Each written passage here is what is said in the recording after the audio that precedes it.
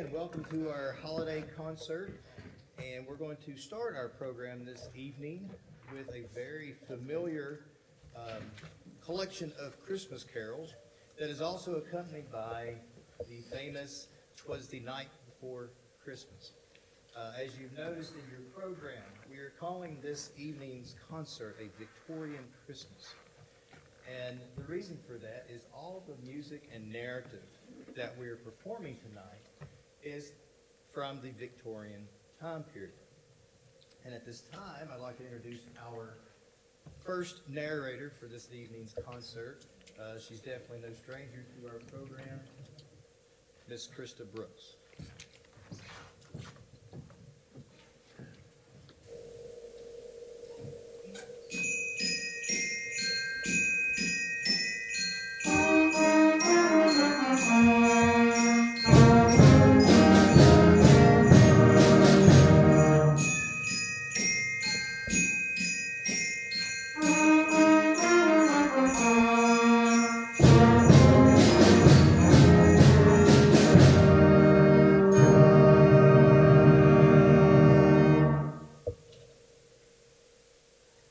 'Twas the night before Christmas, when all through the house not a creature was stirring, not even a mouse.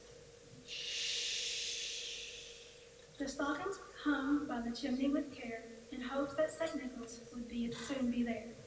Their children were nestled all snug in their beds, with visions of sugar plums danced in their heads. And Mama in her kerchief, and I and my cat had just settled down for a long winter's nap.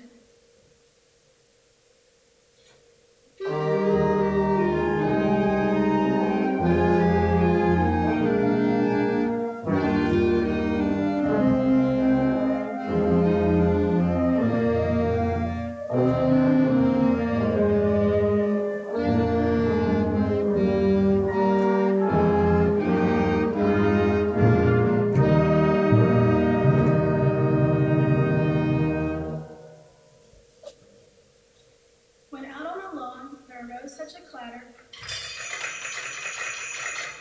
I sprang from my bed to see what was the matter. Away to the window I flew like a flash, tore open the shutters and threw up the sash. The moon on the breast of the new fallen snow gave luster of midday to objects below.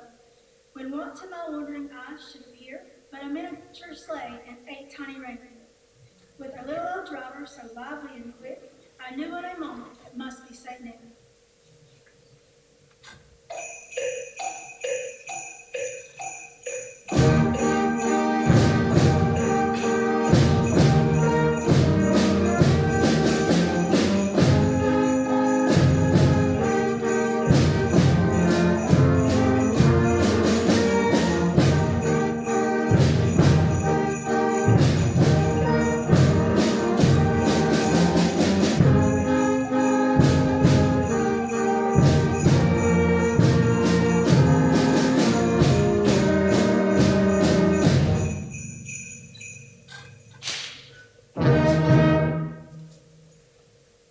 More rapid than eagles, his coursers they came, and he whistled and shouted and called them by name. Now Dasher, now Dancer, now Prancer and Vixen, on Comet, on Cupid, on Donner and Blitzen. To the top of the porch, to the top of the wall, now dash away all. As dry leaves that before the wild hurricane fly, when they meet with an obstacle, mount to the sky. So up to the housetop the coursers they flew, with the sleigh full of toys, and St. Nicholas too.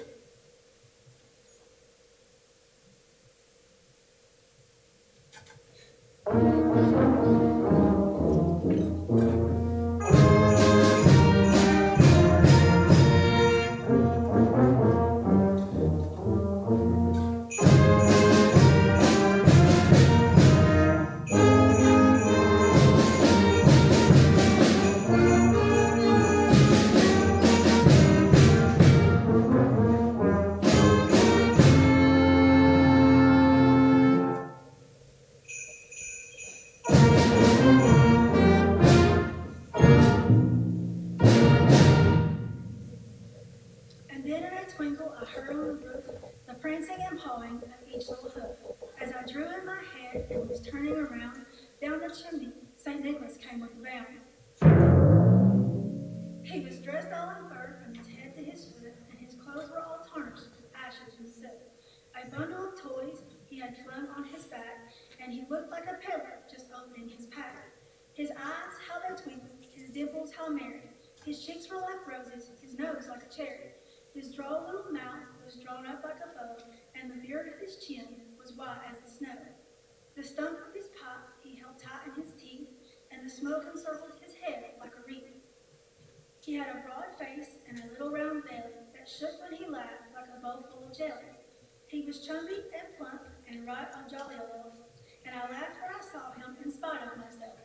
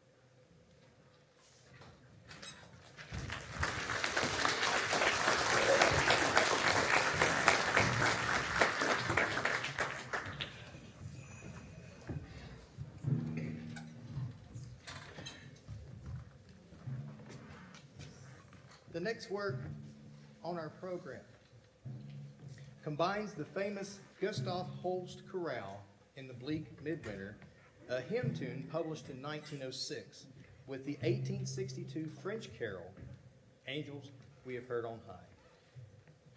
This is Larry Clark's arrangement, Angels in the Bleak Midwinter.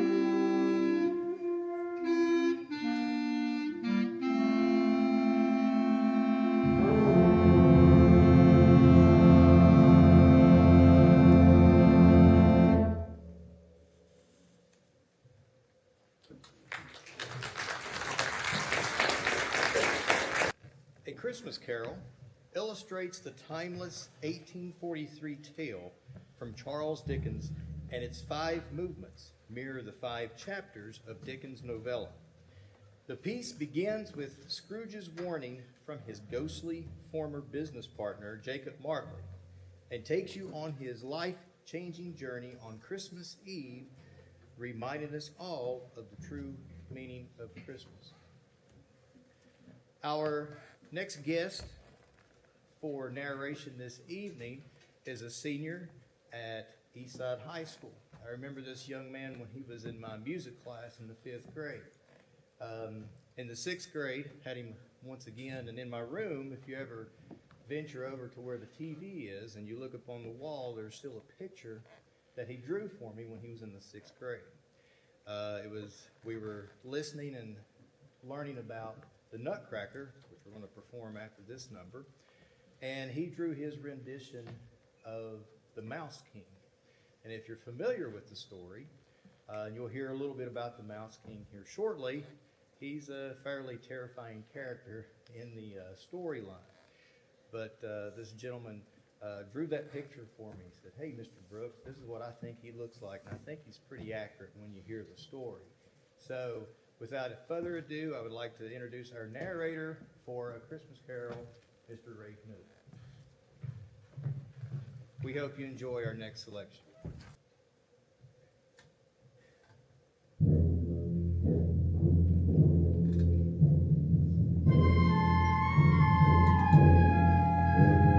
Once upon a time, Christmas Eve, Ebenezer Scrooge sat alone in his room. He sat in front of the fire, hating Christmas, hating his fellow man, saying, "Bar humbug, be everything," when suddenly his chamber bell began to ring all by itself.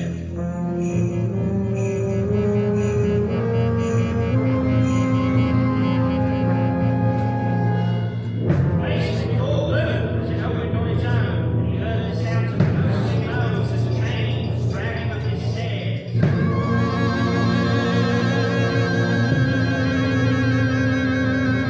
Before him appeared the ghost of Jacob Marley, dead now 7 years.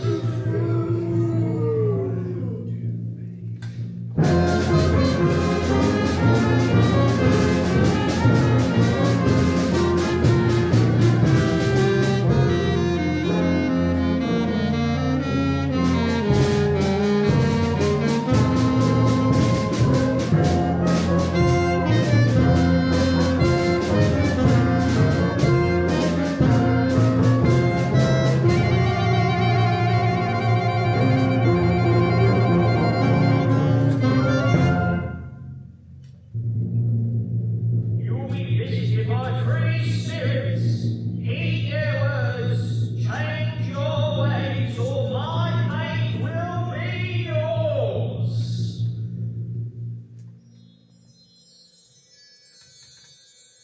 The ghost of Christmas past came first, showing Scrooge scenes of his childhood, young love won and lost.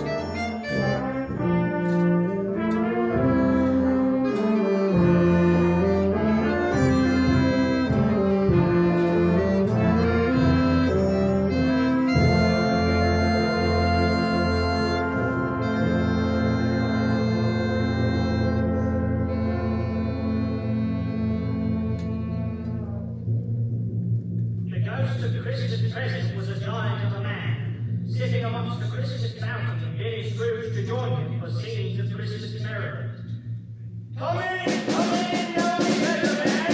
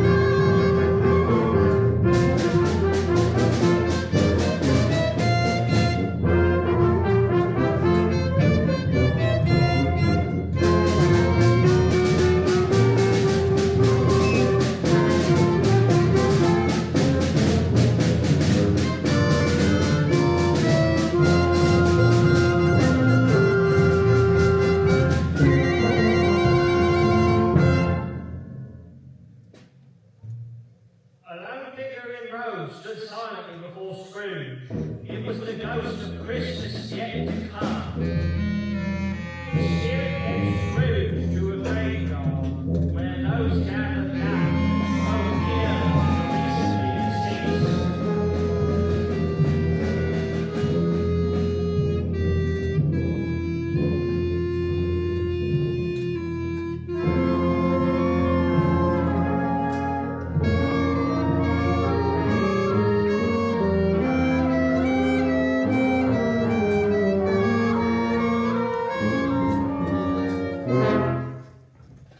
The name on the tombstone read, Ebenezer Scrooge.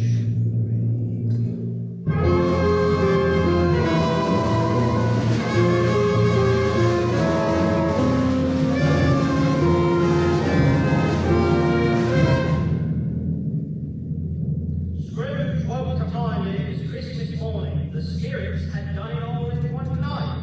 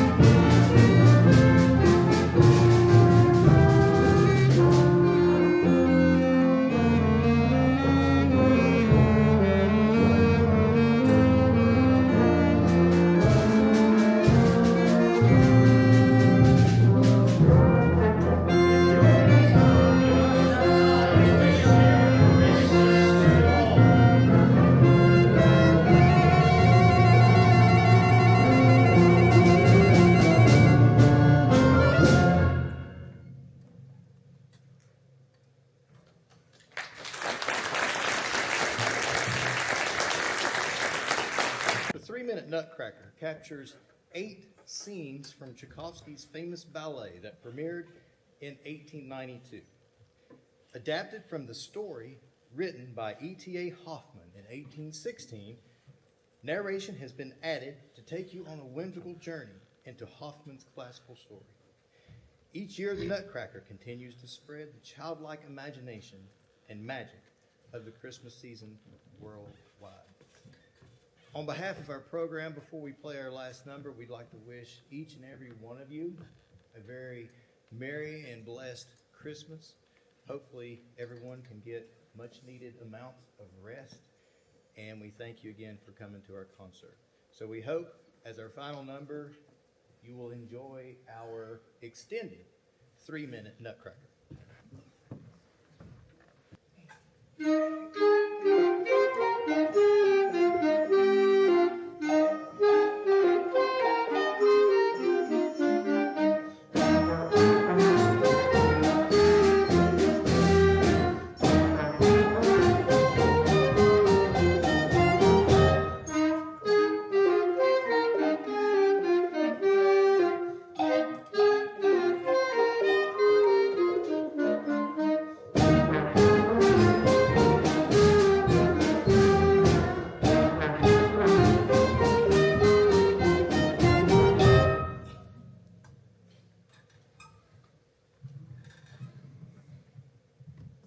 It is Christmas Eve, and as the snowflakes fall softly outside, the Stahlbaum family is busily preparing for their party.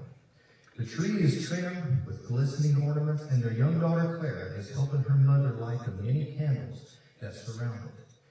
At the foot of the tree lies beautifully wrapped presents for all their guests, and nearby the dining table is overflowing with exquisite sugary treats.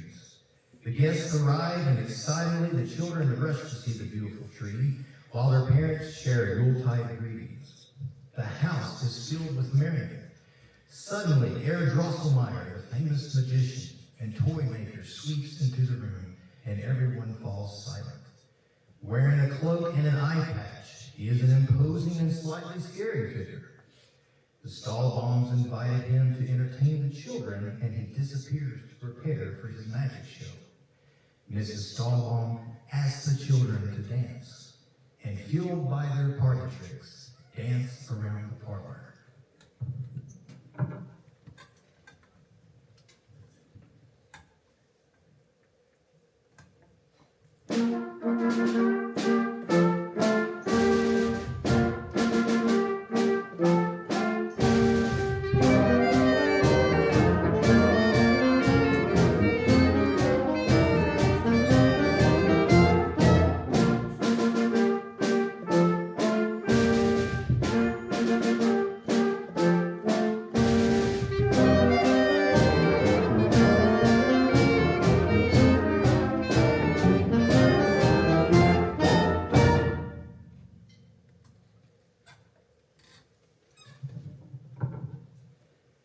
had packed away his dolls and magic tricks. Herr Drosselmeyer, wrapped in his sumptuous cape, gives gifts to all the children. Musical instruments and toy soldiers for the boys, and porcelain dolls for the girls. From beneath his cloak, Herr Drosselmeyer presents Clara with a very strange-looking nutcracker doll. She is amazed at this magnificent-looking figure made out of wood and begins to dance with it. Jealously, Clara's brother Franz tries to snatch the doll from her hands, and a struggle ensues, and Franz snapped off the doll's head. Clara is distraught, but with a magical wave of his wand, Herr Drosselmeyer mends the nutcracker doll, and young Master Franz is set to bed in disgrace. The party has come to an end, and the guests are leaving as Clara makes her way to bed.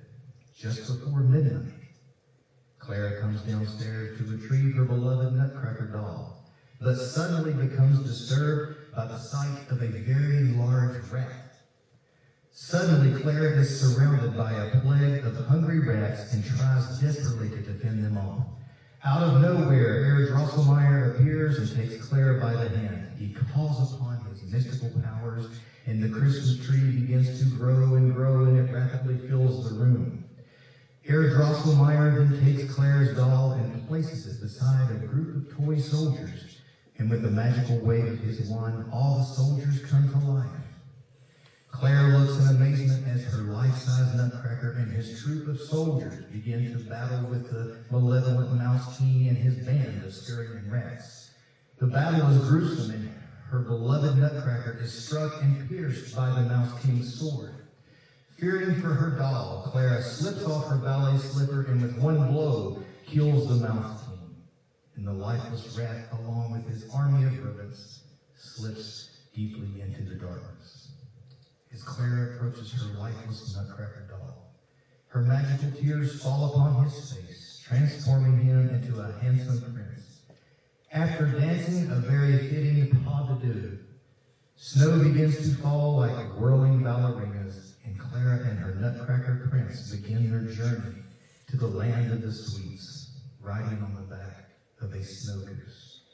Clara simply cannot believe her eyes as they arrive in this glistening candy world.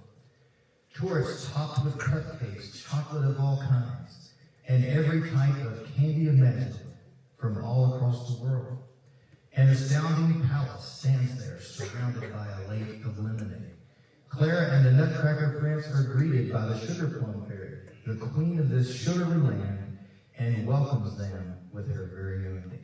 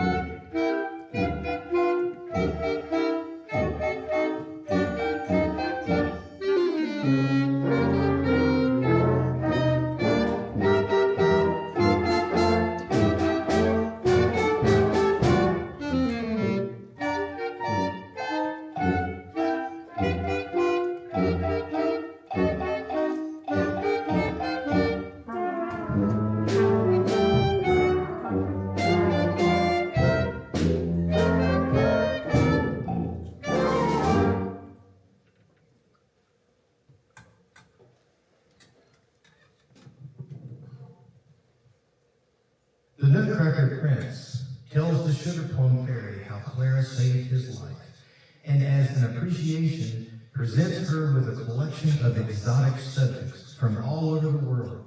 A band of fiery Spanish dancers present the decadent taste of chocolate.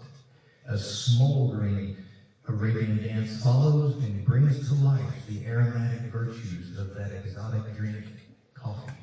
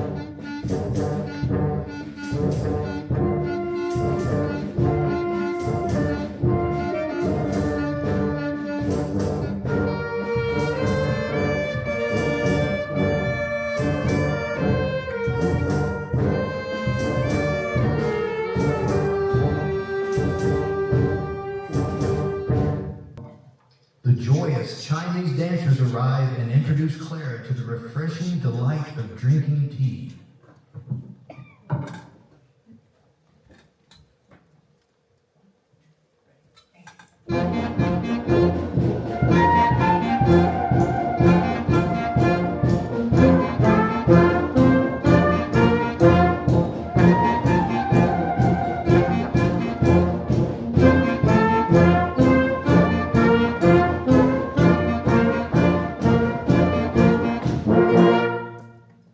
Now come the delicious French marzipan maidens twirling their equally sweet candy canes.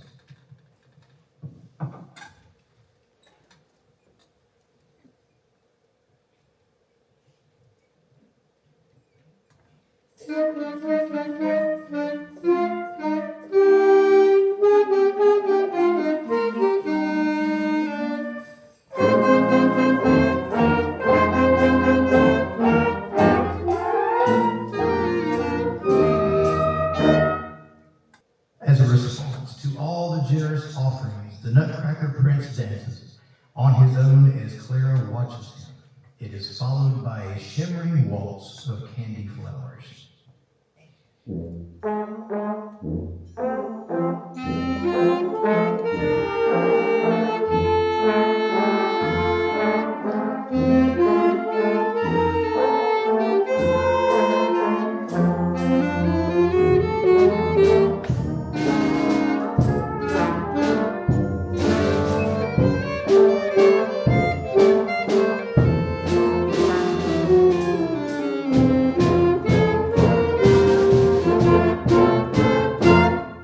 The final presentation is a Cossack dancer that tempts Clara with his special Russian delicacy, gingerbread.